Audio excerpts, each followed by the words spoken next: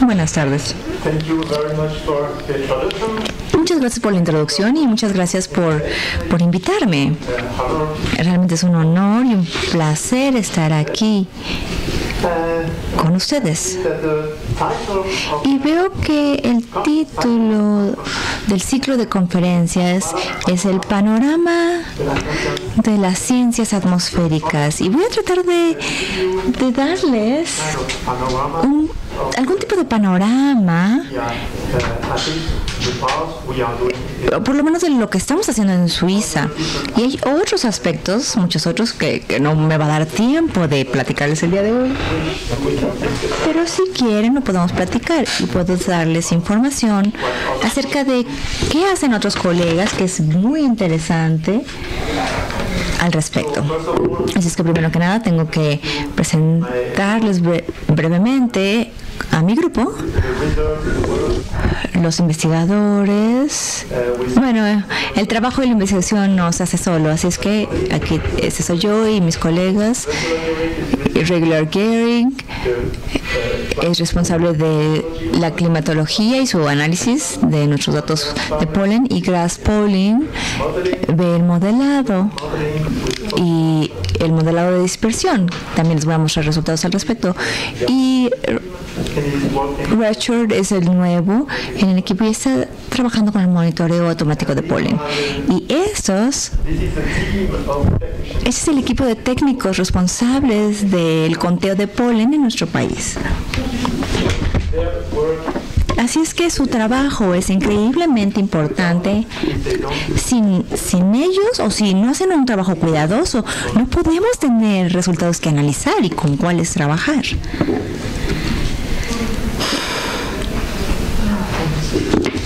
¿Pueden ver esto? Brevemente, esto es lo que vamos a platicar el día de hoy. Primero es una presentación corta y después les voy a presentar nuestra red de monitoreo y luego los productos que mostramos al público para los físicos o para los doctores y para los usuarios de nuestros datos. Y también vamos a hablar de la climatología y de la predicción y modelado del polen, y lo que es muy nuevo es este monitoreo automático de polen. Y así es que vengo de Suiza. Probablemente saben que es un país muy pequeño en el centro del este de Europa, donde tenemos muchas montañas y las personas comen mucho chocolate y hacen relojes. Eso es lo que hacemos. Por eso esperaba que todos ustedes trajeran un sombrero y un poncho, pero bueno, me desilusioné cuando llegué porque no lo traían.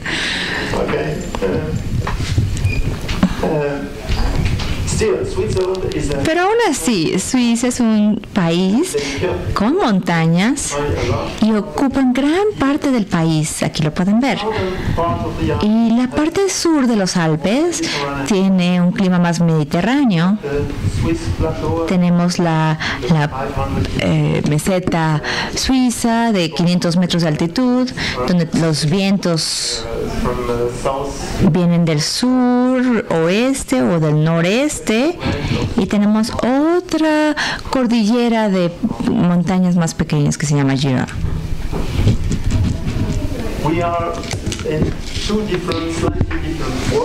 Tenemos dos mundos más o menos diferentes. Estamos en el mundo de la universidad y también en el Instituto de Clima Nacional, y estamos más en el mundo operativo, más bien.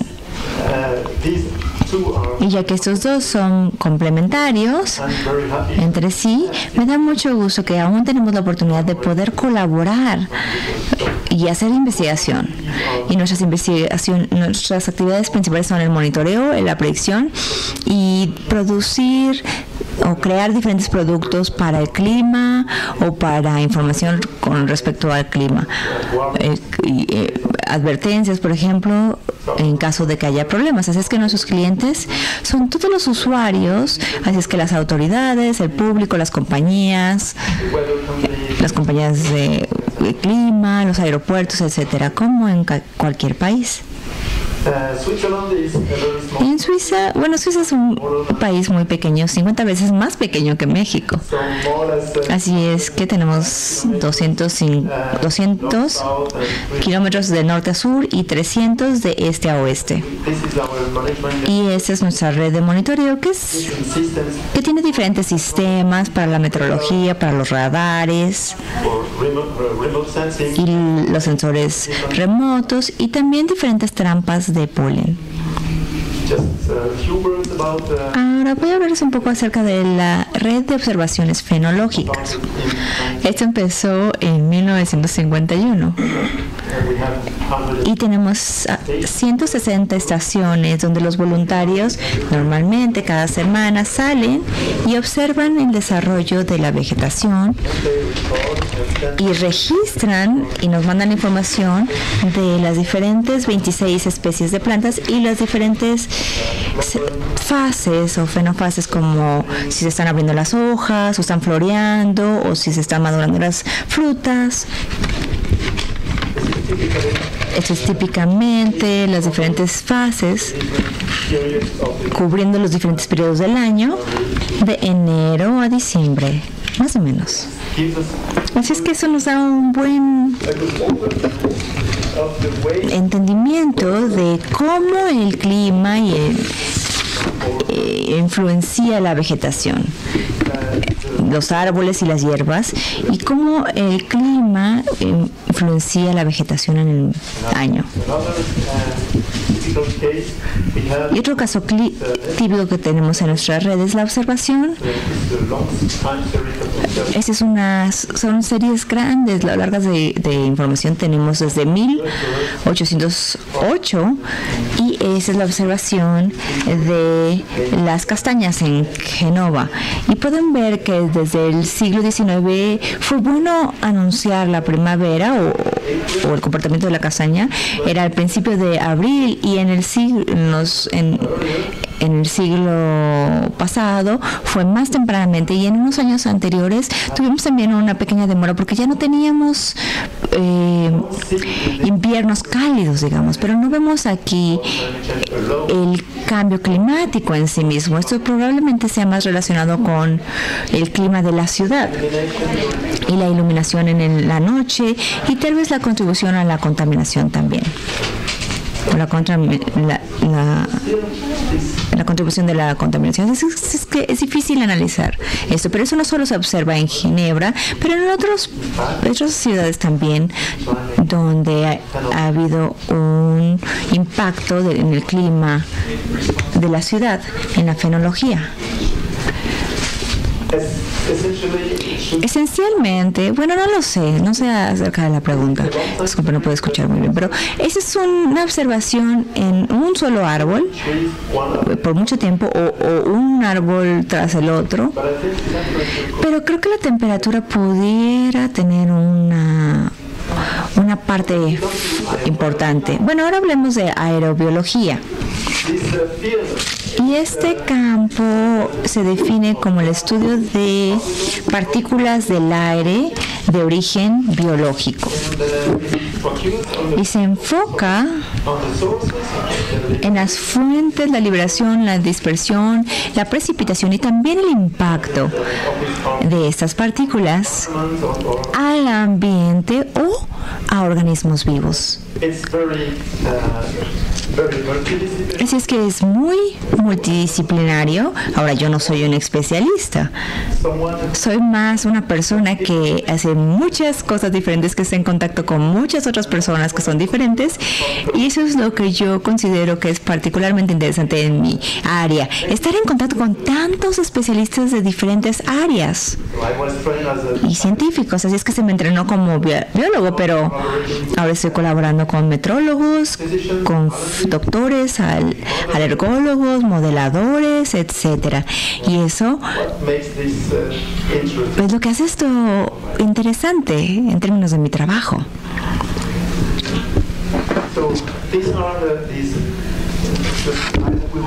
Bueno, no vamos a hablar acerca de los detalles de esto, pero pueden ver que la aerobiología tiene una parte de botánica y algo que tiene que ver con la fuente de las partículas que están presentes en el aire, con la meteorología y la climatología, que son responsables de la emisión o del transporte de estas partículas. Y diferentes campos que tal vez tengan que ver con los usuarios que usan nuestros resultados para poder responder o resolver de mejor manera sus problemas. Y ese es el caso en particular en la alergología. En medicina, ustedes saben que el polen puede ser la principal causa de alergias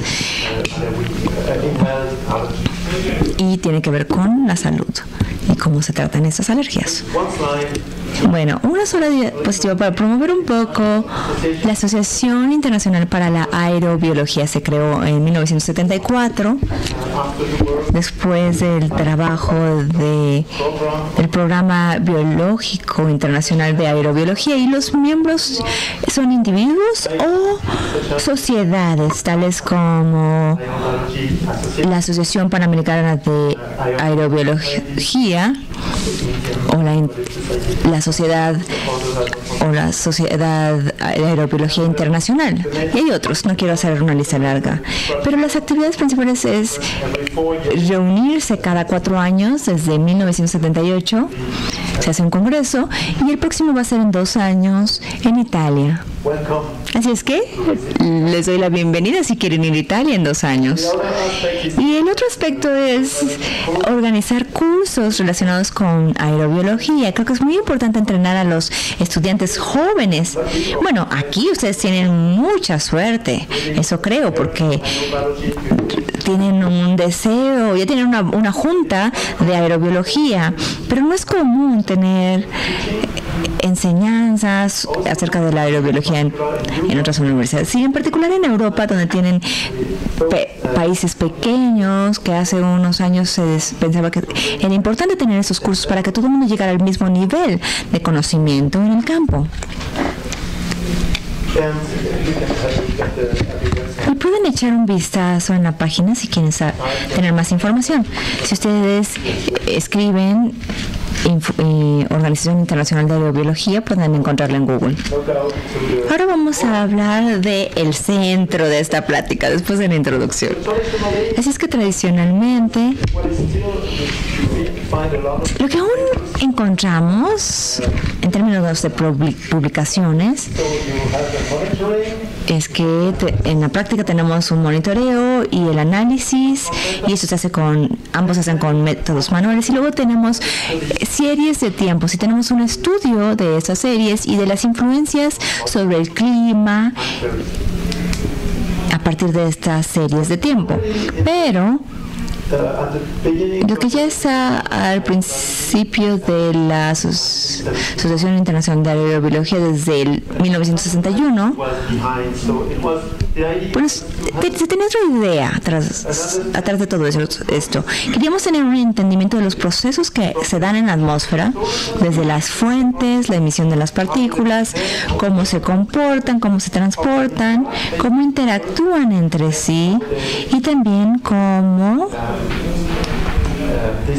se dispersan y cuál es su impacto.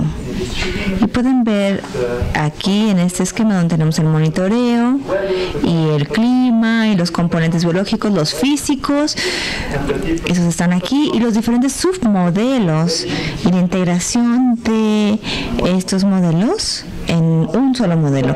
Fue una muy buena idea, y por mucho tiempo todas las diferentes partes se han estado estudiando de manera separada. Y ahora estamos en un tiempo donde tenemos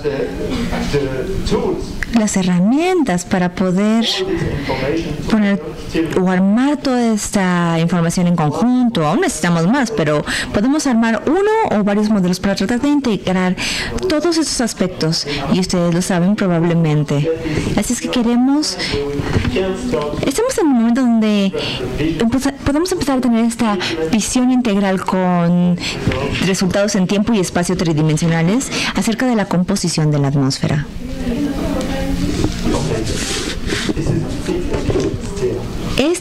es aún una visión, digamos. El estado presente aún tiene que ver con el monitoreo, con estaciones manuales tradicionales. Esta es nuestra estación en Suiza. Aquí tenemos trampas que trabajan en todo el año, más o menos, y tenemos trampas especiales para aquí en amarillo. Hace unos años, por ahí en los 2000, vinieron los Radwitz de Italia y a Francia del sureste, y se detectó porque encontramos más polen Radwitz, polen de tipo Radwitz en nuestras trampas, y en Ginebra y en el sur de los Alpes. Y empezamos a armar grupos interdisciplinarios para poder contrarrestar estas plantas invasoras cuyo polen es extremadamente alergénico. Así es que si quieren hablar de esto, podemos hablar en la tarde o después de la práctica. ¿Y por qué tenemos esta red en Suiza? Debido a que en los 60s y en los 70s las alergias en nuestro país tuvieron más presencia, hubieron más personas alérgicas y a diferentes tipos de polen, y se consideran necesarios o es necesario saber a qué se expone el paciente para poder curarlos de esas alergias. Y entonces, como consideraron eso necesario, construyeron la red, y unos años después, en el 93, le dieron esta red a Meteo Suisse para que se pudiera correr con los especialistas en monitoreo y no por los doctores, para que los doctores tuvieran más tiempo de poder curar a los pacientes en vez de monitorear el polen. Y creo que fue una estrategia muy buena. Y brevemente, no voy a hablar de las alergias el día de hoy porque creo que es otro campo y yo no soy experto en eso, pero les puedo dar historias. Pero aún así es como nosotros producimos datos para el diagnóstico y la evaluación de tratamiento y para los estudios clínicos. Así es que, por ejemplo, las compañías que quieren desarrollar nuevas medicinas para curar las alergias, cuando comparan sus resultados, tienen que saber qué había en la atmósfera para poder decir, por ejemplo, si le dan una medicina a un paciente y no tiene síntomas. Es fantástico. Ahora, ¿fue la medicina o es que no había nada en el aire o había menos polen de lo normal y ahora por eso es que no tiene síntomas el paciente? Ese es el uso de este tipo de datos. Y también para la información y la educación de los doctores y pacientes, para dar actividades de planeación y medicación preventiva y también señales de advertencia. Esto le permite a las personas poder salir de vacaciones a un área que está libre de cierto polen si ellos son alérgicos. Pero tienes todo este tipo de información en México también. Cuando hablamos del monitoreo de polen, lo que queremos, para todo tipo de monitoreo, queremos tener una muestra representativa y queremos identificar los diferentes tipos de polen porque las alergias son muy específicas. Así es que es diferente si eres alérgico al pasto o a las flores, etcétera. Así es que algunas personas son alérgicas a unas cosas y otras no. Pero también es un reto si tenemos otro tipo de condiciones y tenemos que saber cuál es la confiabilidad o certeza de los instrumentos. Y eso que es particular cuando probamos un sistema automático es que no tenemos buenas referencias.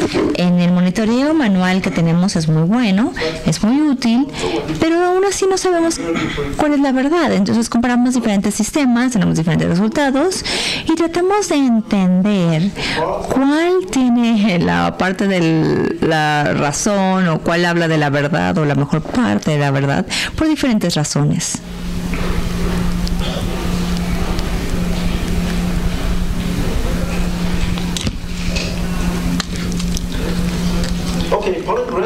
Ahora, Las tasas de polen.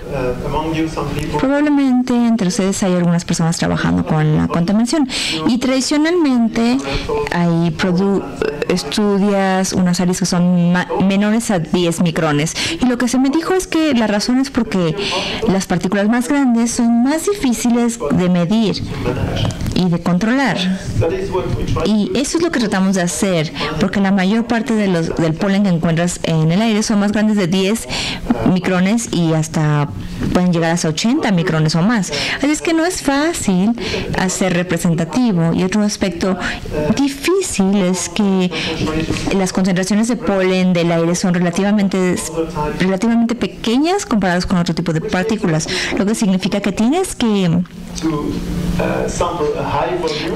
muestrear un volumen más alto para tener un muestreo representativo. Y si aún tienes un volumen alto, entonces tienes un gran número de otro tipo de partículas que tienes que discriminar simplemente para encontrar tus tazas de polen o tus granos de polen. Así es que con el microscopio, con el método tradicional, está bien, es fácil, pero cuando quieres tener un sistema automatizado es algo diferente.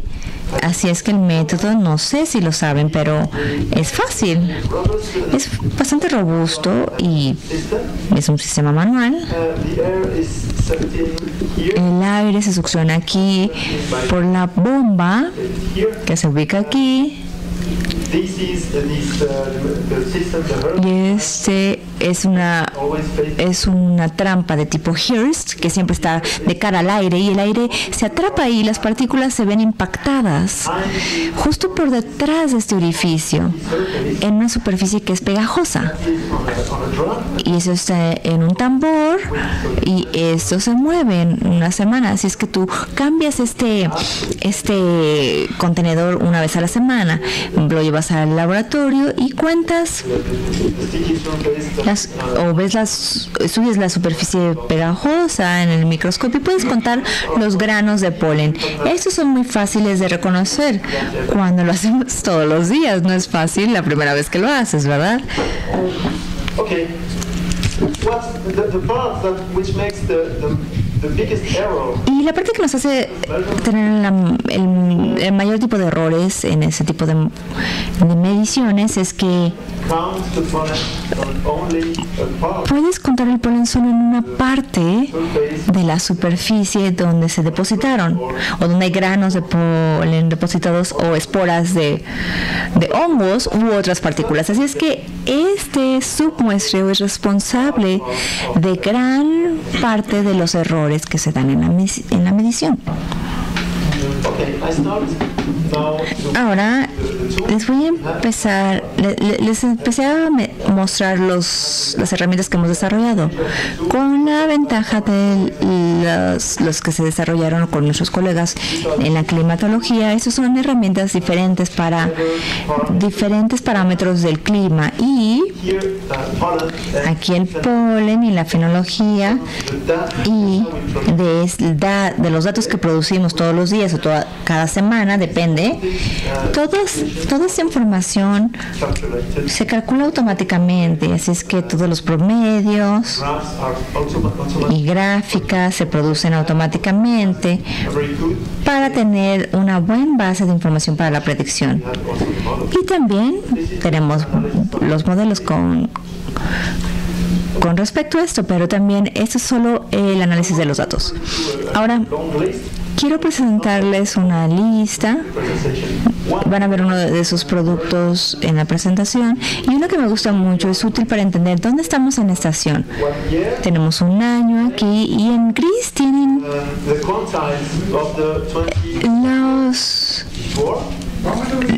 los cuantiles de 20 días anteriores. Así es que para cada uno tienes una probabilidad estadística para tener una cierta concentración de este tipo de polen. Aquí tenemos pasto en Ginebra y tienes el año. Y lo que pueden ver, estos son los grantiles y esta es el máximo que se midió. Y en rojo tienes los valores de este año. Y por ejemplo pueden ver que para el pasto este año tuvimos una concentración muy alta al inicio de julio. Y estos fueron los picos más grandes que tuvimos en los últimos 21 años. Así es que creo que es una muy buena herramienta para saber dónde estamos en términos de la temporada y qué tipo de temporadas tenemos, porque muchas personas nos preguntan, dicen si esta temporada fue alta en polen o baja en polen, o si fue tardía o temprana. Esos son el tipo de preguntas que nos hacen especialmente los periodistas. Ahora, en nuestra página tenemos publicados diferentes tipos de información básica acerca de la red, de los diferentes resultados de estos análisis, acerca de la fenología del polen y también de la predicción CosmoArt para el polen. Voy a regresar a hablarles del modelo después. Así es que unas palabras breves acerca de esos calendarios de polen. Se ven bastante tradicionales, pero mi colega acaba de desarrollar un nuevo método, lo acaba de presentar en el Simposio Europeo de Jung hace 2 meses.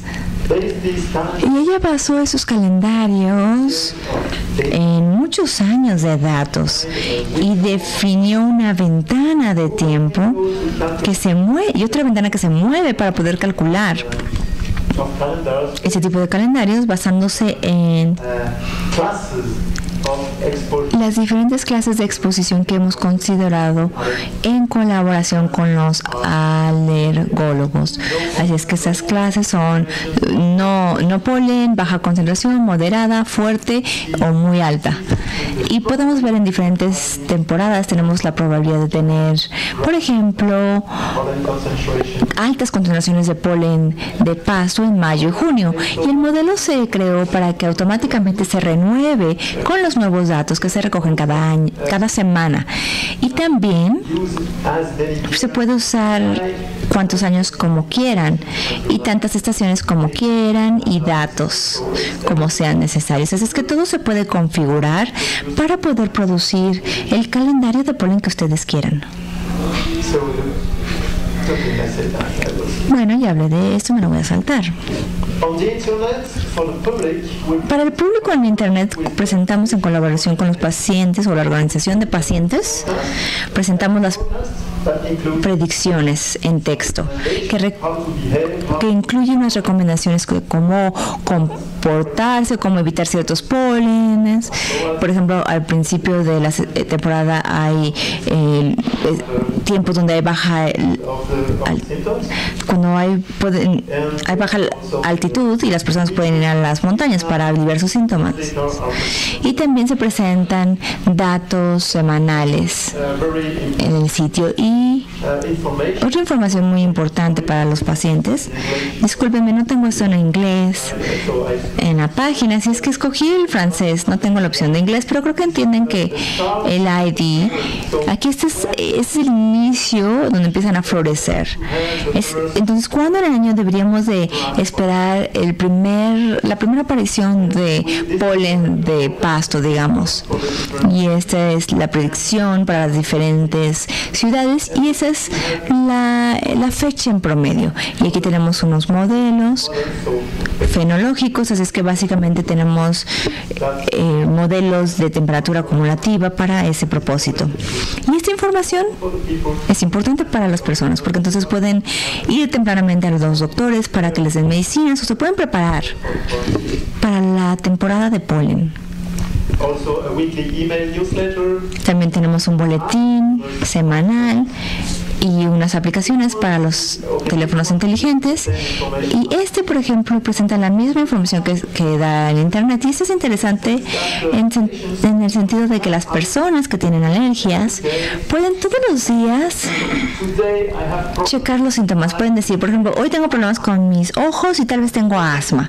Y toda esa información se usa por los doctores para comparar cuándo las personas tuvieron los síntomas y qué había en el aire, si era polen o contaminación también. Entonces les puede esto dar todos los datos. Y entonces ellos pueden diseñar una predicción especializada para esas personas. Si una persona es alérgica al pasto, pero no a otro tipo de polen, pueden recibir la predicción solo para el pasto. Ahora, para producir esto, tenemos que hacer un cierto análisis de los datos. Y me gustaría saber, o me gustaría ahora hacer una incursión hacia el tema del cambio climático y los resultados con el polen. Discúlpenme. ¿Pueden verlo? Sí, muy bien. Y solo para iniciar con esta historia, quiero mostrarles dos cosas. Esa es la concentración de polen de Hazel, de Ginebra, en el último invierno. Tuvimos temperaturas medias o muy no extremas en la temporada anterior, y pueden ver que la temporada de polen empezó ya en diciembre, y al mismo tiempo recibí llamadas de personas que eran alérgicas a la avellana y decían: oye, ¿qué está pasando? Yo tengo ya síntomas. Y algunos doctores me hablaron diciendo: oye, mis pacientes tienen síntomas. Y de nuestras estaciones de monitoreo también nos llegaron estas señales. Así que fue un año muy especial. Este año, debido a las temperaturas elevadas al final del año, más tarde hubo frío otra vez y la temporada duró más tiempo. Pero pueden ver que tuvimos un gran pico al inicio de la temporada. Y eso es algo diferente. Tenemos los datos de polen de dos ciudades, Münsterlingen, y pueden ver que con estas barras en negro, que la temporada de polen de Alder, esto fue el 2011 me parece, pero se repite cada año. Esto es de aliso.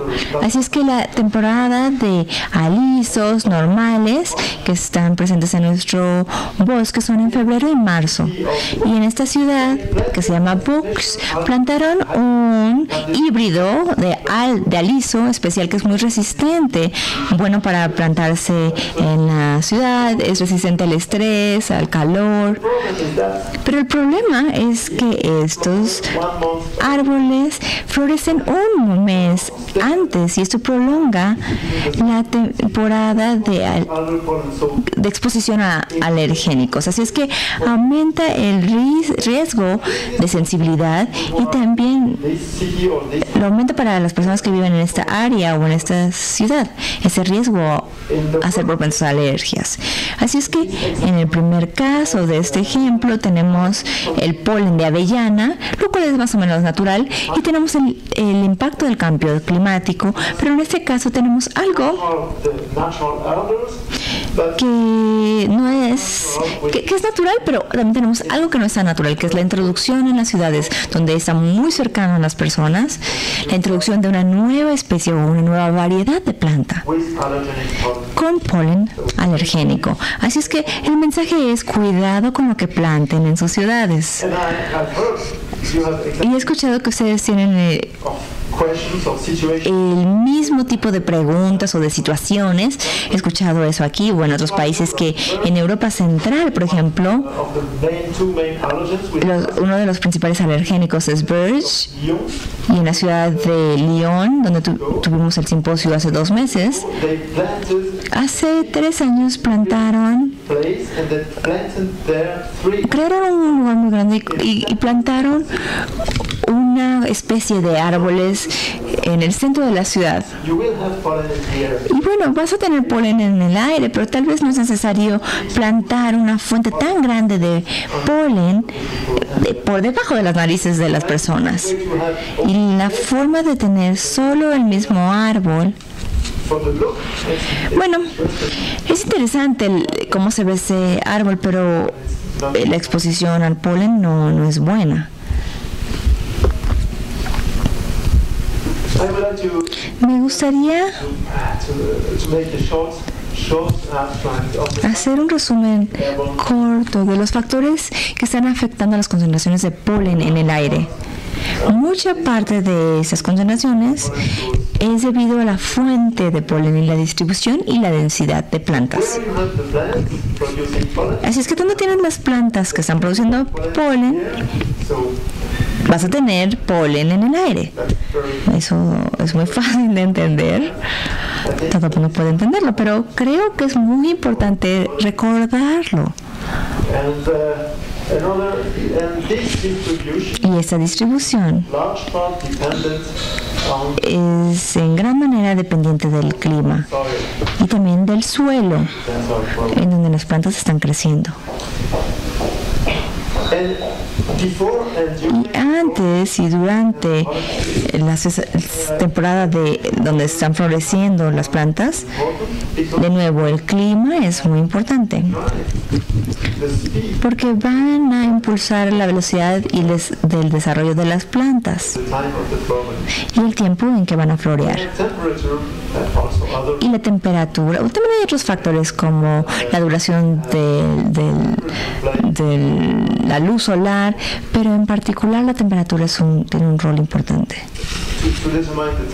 para determinar el tiempo de la temporada. Y nos puede decir si podemos tener una temporada un mes antes o un mes después. Así es que es una gran diferencia para las personas afectadas, en particular para algunos árboles donde su temporada dura 2 a 3 semanas, y si tienes más de si tienes una variación de más de un mes, es importante saberlo con anticipación. Y durante la temporada de polen, la descarga al aire y la dispersión y transporte y la precipitación son motivadas por el viento o la humedad, así es que esas condiciones que están inmediatamente disponibles en el aire. Hay otros factores que influencian esta producción y qué tan alergénicos son, en particular la contaminación. Sabemos que el CO2, hay muchos estudios que están mostrando que a más altas concentraciones de CO2 incrementamos el crecimiento de las plantas y la producción de polen, y que la contaminación también tiene un impacto en los contenidos de polen y algunos alergénicos sobre otras especies. Y les recomiendo este artículo de Siska en Bex que se publicó hace 4 años al respecto, pero hay muchos artículos al respecto de este tema del cambio climático y el polen. Si consideramos todos los artículos que se han publicado, podemos decir que es el mayor impacto en el clima en el polen es en términos de cuándo empiezan. Así es que esto nos está dando una temporada más larga para cada especie, en general desde la principal, donde empiezan a florear, hasta el último floreo. Y vamos a discutir un poco acerca del cambio en la cantidad de polen, pero se espera que el cambio climático esté produciendo más polen, en particular por el aumento del CO2. Es importante también ver el cambio en la calidad del polen y un cambio posible en el espectro de polen. Si el clima cambia suficiente, la vegetación también lo va a hacer, y las personas que están viviendo en el mismo lugar van a verse expuestos a diferentes alergénicos. Así es que el cambio en el tiempo de la temporada de polen creo que es real. Tenemos esa fuerte correlación entre la temperatura y el inicio de la temporada en la primavera, pero significa significa que con temperaturas más altas en invierno hemos observado que la temporada inicia más tempranamente en el año. Pero en algunas áreas, como en el norte u áreas continentales, hemos visto un inicio más tardío, porque las plantas que están ahí requieren más enfriamiento. Si tienes una falta de enfriamiento, entonces las plantas van a empezar su desarrollo después. Así es que tenemos regiones donde tenemos inicios tardíos.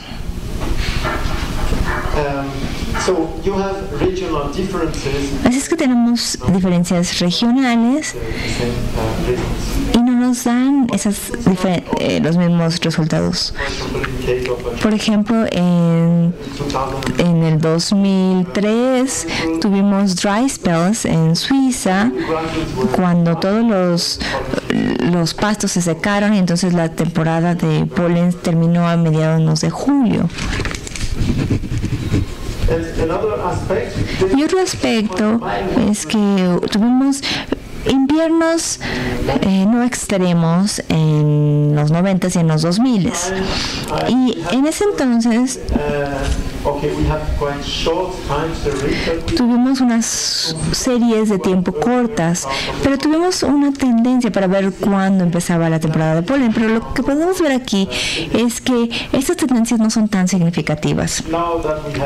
Pero ahora que tenemos datos de 30 años, bueno, después de 20 años la tendencia ya fue significativa. Pero es difícil analizar tendencias en series de tiempo tan cortas. Aún 30 años es corto, pero eso es lo que tenemos en este campo. Así es que tratamos de hacer nuestro mejor trabajo para poder extraer la información de estos datos. El cambio de la cantidad de polen, eso es difícil de hacer. Creo que para ser conciso es que hay una influencia del cambio climático que va a tener un desarrollo lento, pero el impacto del uso de la tierra y las prácticas de agricultura y el planteo de otros árboles es más importante en otras escalas. Así es que a veces tienes tendencias en incremento, a veces en decremento, pero al final es un proceso local y no es un impacto en general, tal vez, del cambio climático, lo que estamos midiendo en nuestras estaciones. Un artículo de revisión, tomaron datos de 97 estaciones en Europa y pudieron mostrar un incremento para diferentes tipos de polen, lo pueden ver aquí, y un decremento para otro tipo. Y podían encontrar que no había una señal con ningún cambio de temperatura, pero solo relacionado con la urbanización. Así es que se refiere a que los cambios en escala local tienen una influencia mayor en esas tendencias en la concentración del polen que el cambio climático en una escala mayor.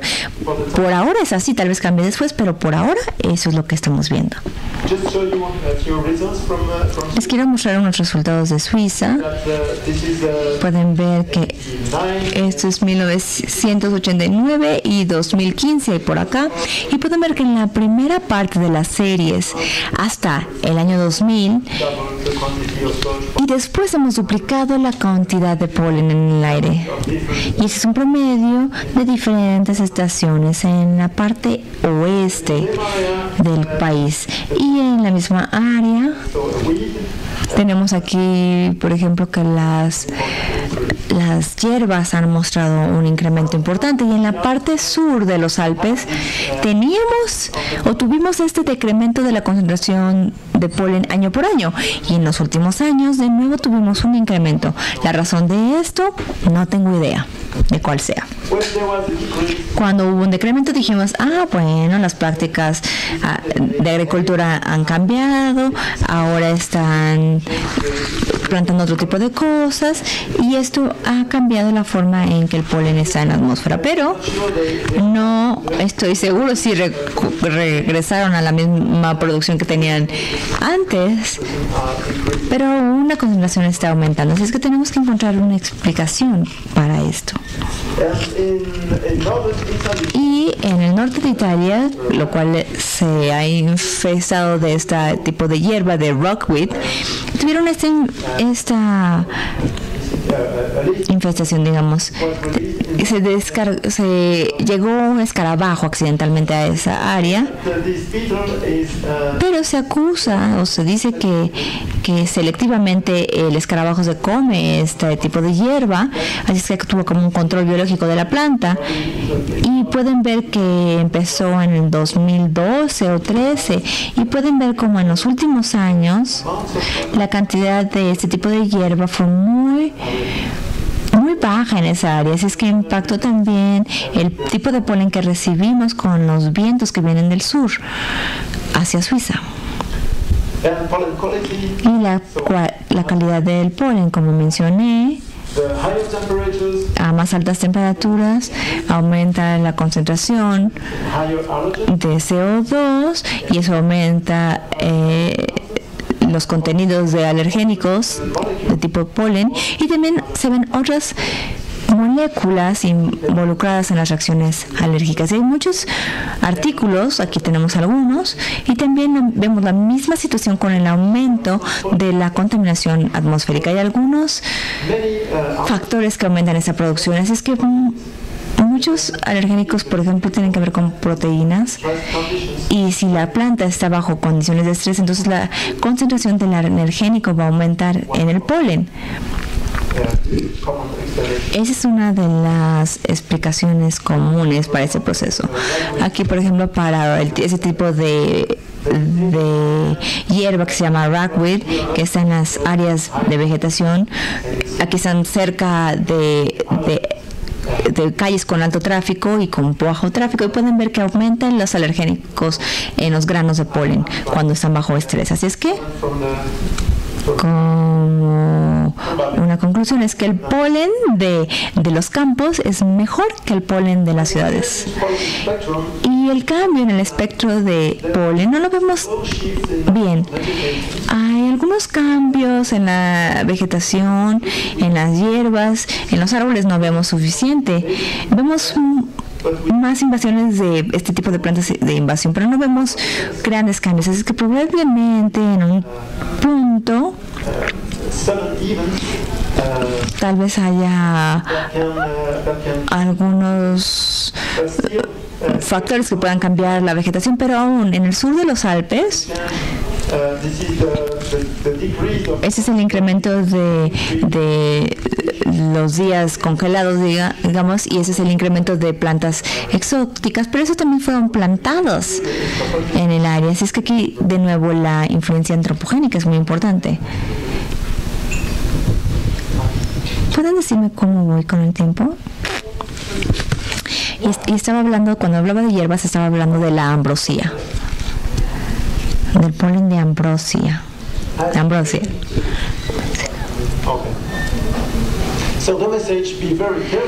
Así es que debemos tener mucho cuidado con las plantas que ponemos en nuestras áreas y el cambio que tiene en nuestro ambiente. No, aún no termino, algo pasó.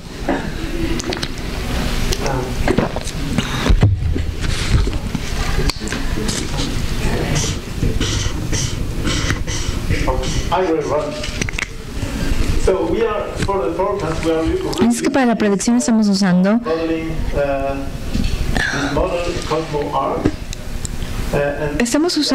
el modelado de CosmoArt, y ese es un modelo que se hizo para predicción climática, y el polen es una parte muy pequeña de todo esto. Así es que me voy a saltar esto y les voy a mostrar las partes principales del modelo. Así es que lo que se desarrolló principalmente para el área de polen.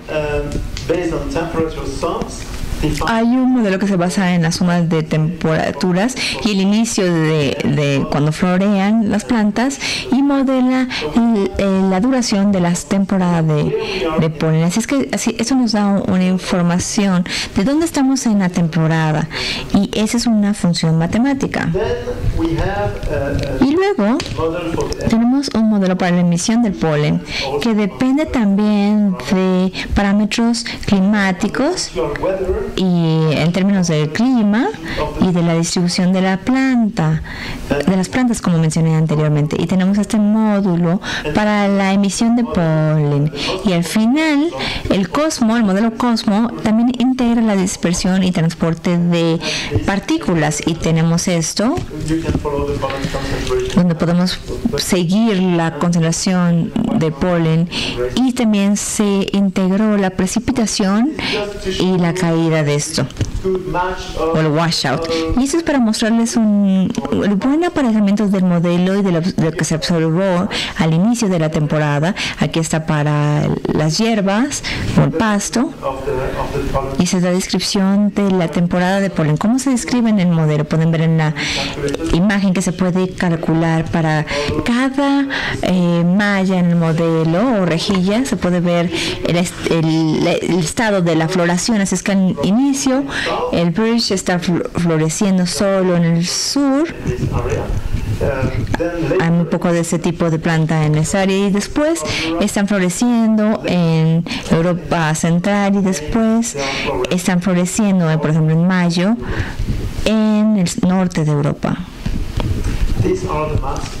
Estos son los mapas de la distribución para ese tipo de plantas que se llaman birch y para el pasto. Así es que ese es un componente muy importante del modelo. Y aquí tenemos cómo se presentan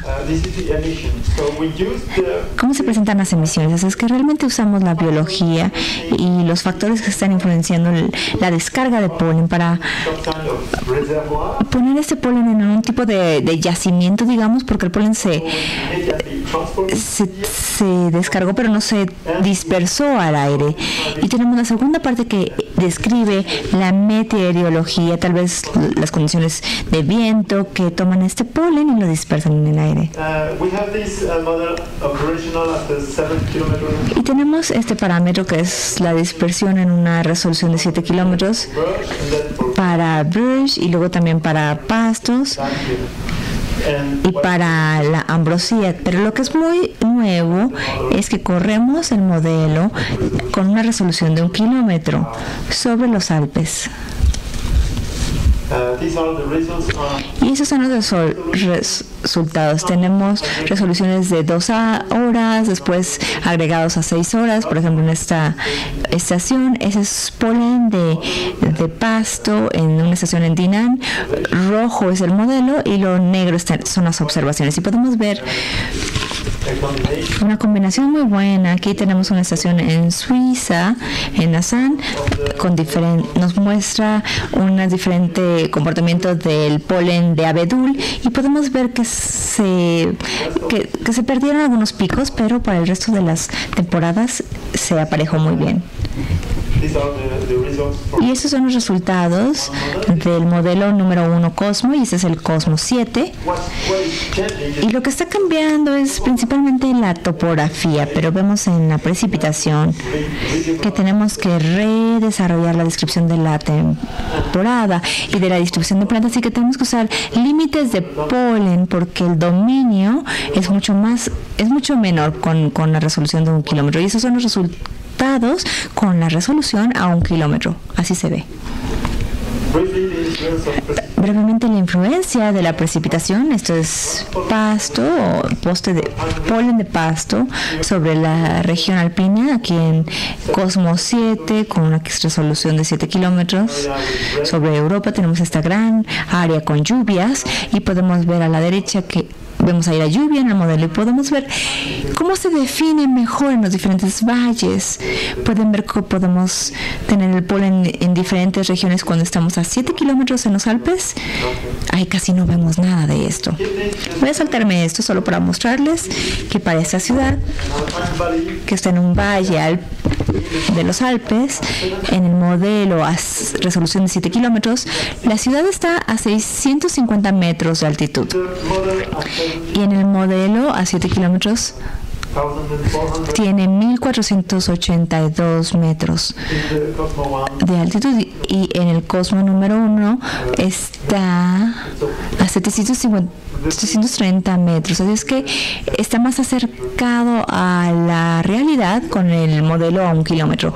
Y aquí vemos que la temporada inició más o menos a tiempo y fue más acercado, nuestras mediciones fueron más acercadas a la realidad.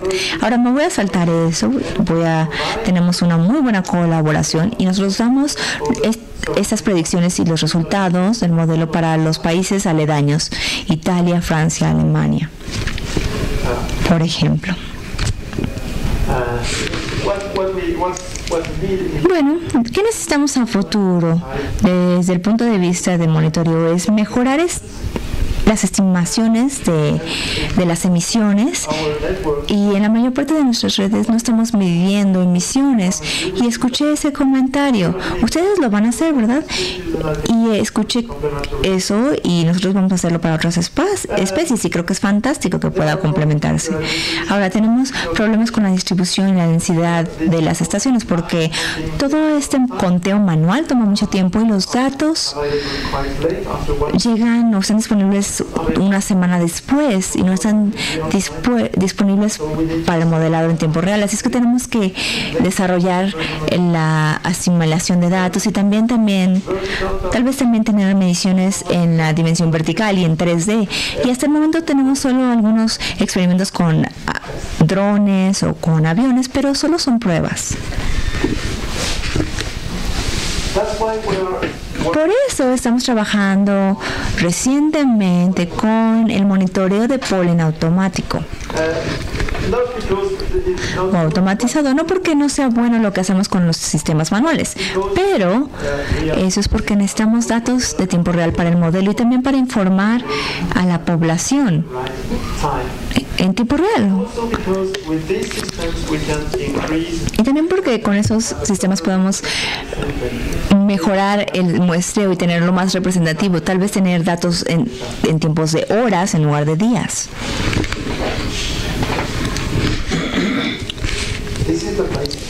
Ese es el lugar en Payán donde hacemos este tipo de pruebas, y en los últimos años hemos probado diferentes sistemas, pero solo me voy a enfocar en el último que hemos seleccionado. Este es un citómetro de flujo de aire que usa fluorescencia. Podemos ver que todas las partículas en el aire se succionan con el aire y pasan por una boquilla y pasan por láser rojos, y esa es la parte que es responsable de la dispersión. Y luego las mismas partículas se ven disparadas con un láser UV. Y aquí tenemos unos fotodetectores de 32 canales y son responsables de la medición de la fluorescencia de las partículas. Y de todos estos datos en bruto hemos desarrollado un método y un análisis donde calibramos con polen fresco y seco. Y voy a ver esta parte muy rápido. Esos son los resultados de la calibración. Así es que el tamaño esperado de las partículas que vemos del polen y el lado de la medición, y vemos que hay una buena correspondencia. Y aquí estamos usando otras características dadas por este monitoreo, pero para cada partícula tienes más de 70 puntos de datos producidos para cada partícula. Así es que usamos este conjunto de datos para tratar de reconocer el polen, y aquí pueden ver que todo el polen en esa parte tienen una superficie importante, características importantes en la superficie, y todos los pólenes en esta otra área tienen una superficie suave. Así es que esto nos dice que podemos encontrar algunas características para tratar de identificar identificar al polen. Y ese es el espectro de fluorescencia, y por supuesto el espectro en general es el mismo para el mismo tipo de tamaño de polen. Aquí tienes unos ejemplos y gran variabilidad aquí, pero también tenemos diferentes características, algunos aspectos que podemos usar para identificar los diferentes tipos de polen. Por ejemplo, si tenemos fluorescencia en una longitud de onda más grande o más alta, tal vez no sea de un tipo u otro.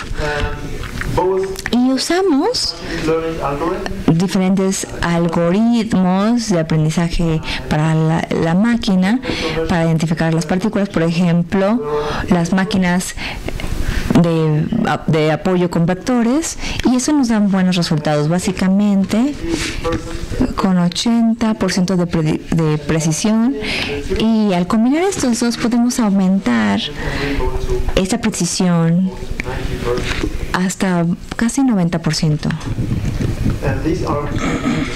Y esos son los resultados finales, lo cual es probablemente lo más interesante. Esta es la concentración total de polen, automática y manual, automática en violeta y manual en amarillo. Y pueden ver que esa es la temporada 2015, y nos dio mucho gusto este año que todos los buenos resultados que tuvimos el año pasado se confirmaron y se extendieron. Así es que también estamos muy contentos de que el sistema funciona con gran confiabilidad. No tuvimos problemas con esta máquina. Así es que estos son los resultados del 2016. Tenemos una buena predicción para la concentración total de polen. Eso no es tan difícil. Máquinas sensibles ya pueden hacer esto. Y eso es para mostrarles que podemos tener estos datos por hora, y comparamos. Pueden ver aquí la diferencia entre los picos por hora y los promedios del día que se presentan normalmente, o esos son los resultados normales del monitoreo de polen. Así es que creo que en el futuro, con esos sistemas, las relaciones entre la exposición o el tiempo de exposición y los síntomas pueden ser entendidos de una mejor manera. Aquí tenemos algunos resultados para polen de pasto del último año, del año pasado y este año, y creo que para ese tipo de polen la máquina funciona muy bien. Tuvimos muy buenos resultados para abedul y para pinos también, y aún tenemos que trabajar con los datos para entender mejor la temporada del polen de abedul. Pero también tuvimos buenos resultados con avellana. No voy a comentar acerca de esto. Así es que como resumen de ese monitoreo automático, tenemos datos en tiempo real, tenemos datos por hora en lugar de por día, lo cual hacemos normalmente, y pudimos identificar diferentes tipos de polen durante 2 temporadas. Aún tenemos que trabajar muchísimo con estos datos, porque obtenemos datos de todas las partículas que están entrando a la máquina, lo cual es confiable. Y lo que queremos explorar a futuro es que tenemos los mismos conjuntos de datos para todo este tipo de cosas que también están en el aire. Por ejemplo, tenemos esporas de hongos, tal vez haya contaminantes, tal vez aerosoles.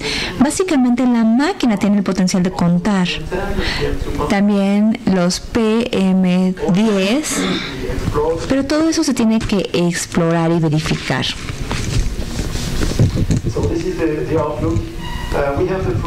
Así es que ese es el resultado, y tenemos prueba de haber completado el concepto para los pólenes que nos interesaban, y ahora estamos empezando a usar estas máquinas en nuestras redes. Estamos también solicitando dinero para hacer esto, y vamos a probar la próxima generación del detector,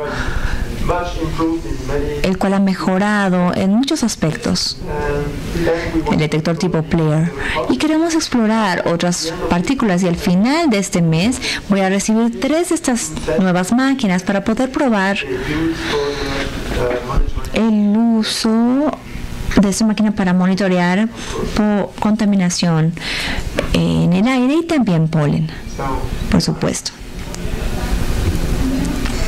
Many other stories I could tell. Hay otras historias que les puedo dar acerca de otros tipos de máquinas, pero tengo que terminar.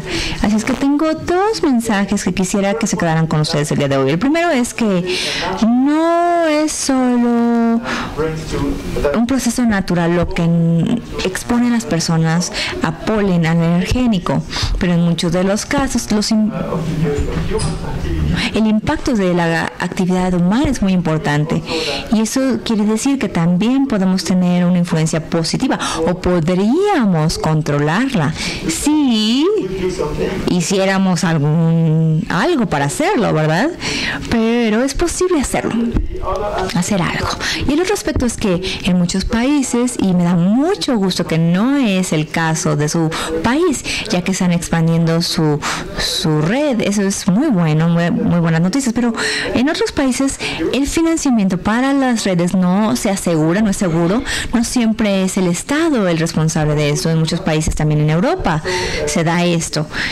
Así es que creo que estas redes nos dan información muy importante para personas que sufren de alergias y para otros propósitos también, tal como el cambio climático. Así es que creo que tenemos que apoyar a esas redes y desarrollar regulaciones para que se resuelvan los problemas financieros. Y con esto les doy las gracias por su atención. Si tienen preguntas, me dará gusto contestarlas.